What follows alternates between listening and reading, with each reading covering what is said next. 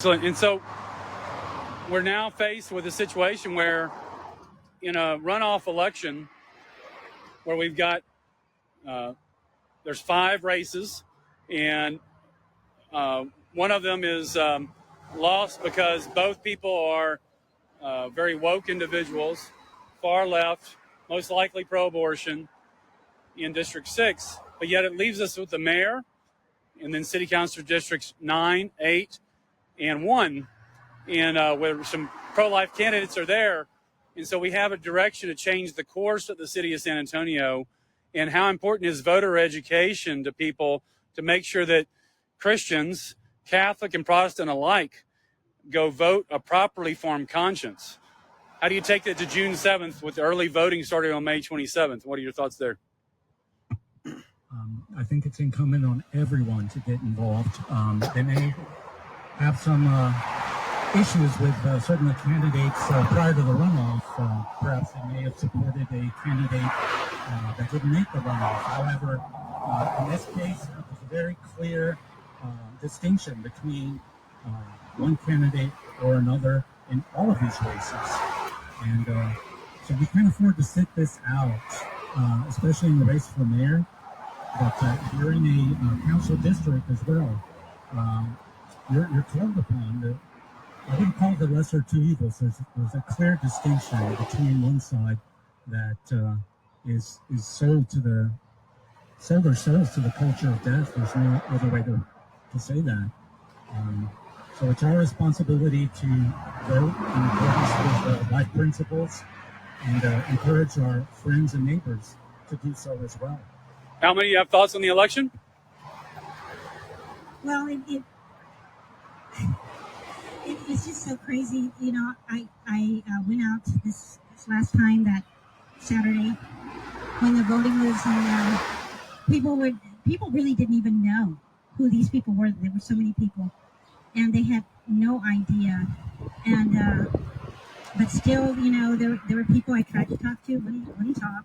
And then there were some who I would say, you know, this is the pro-life choice candidate, and they were, oh, you're just one issue. I said, no, also he's fiscally conservative, and he's like physically conservative. And I said, no. I said, look at how our money is just blown, and really government was not meant for all of this. We really weren't supposed to be supporting so many programs and all of this. It's a socialistic type of mentality, and that's not what we're supposed to that our government is supposed to be about.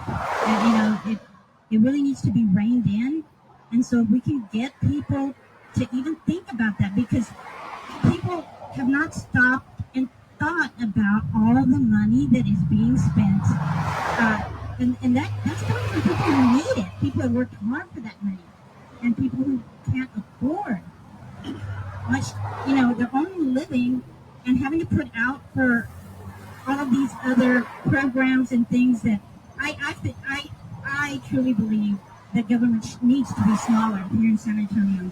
Certainly needs to be limited. Yes. We need to, you know, everybody lives on a budget, and the government here needs to live on a budget.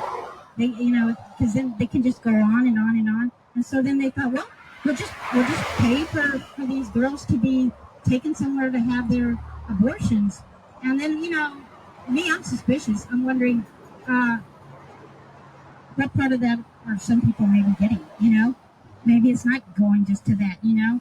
So, and that's about all the programs and things. There's too many places where maybe that money can get lost. So you did a great job. Robert did a great job. Many others did a great job of being at the poll sites, encouraging people to vote like your family depended on it, because it does. Crucial election. Now the new term limits are 4 years instead of 2 years, so we got a longer time before we have an election again. It's not just 2 years anymore. We have 4 year time, so that means that 4 years impacts 8 years. But y'all did a great job of getting out there, encouraging people to vote correctly. How important is the education people going? So they need to know that San Antonio Family Association has an educational site called familyvoterguide.org, familyvoterguide.org, and They go there, get educational information, go into your parishes and your other church communities, take it in there. It's designed to be nonpartisan, non-recommendation, so you don't violate any charitable 501c3 regulations. So you take it to your parish church communities, familyvoterguide.org. Did you go to the website? Did you find it helpful for you? Yes, I did. Yes, I did, because I was like these other people, didn't know who these people were, what they stood for or anything like that. And it was very helpful. Yes. And, I don't know. It's like we've got to find some kind of way of I don't know, communicating to these people. So one's by education, the other is by the sign that Robert's holding. And as you see, the sign says, "Vote like your family depends on it." I'm going to zoom in here. And TexasFamilyAction.com, the sister organization of the San Antonio Family Association, is the Political Action Committee. And I'm going to scan in for the QR code for people to grab it.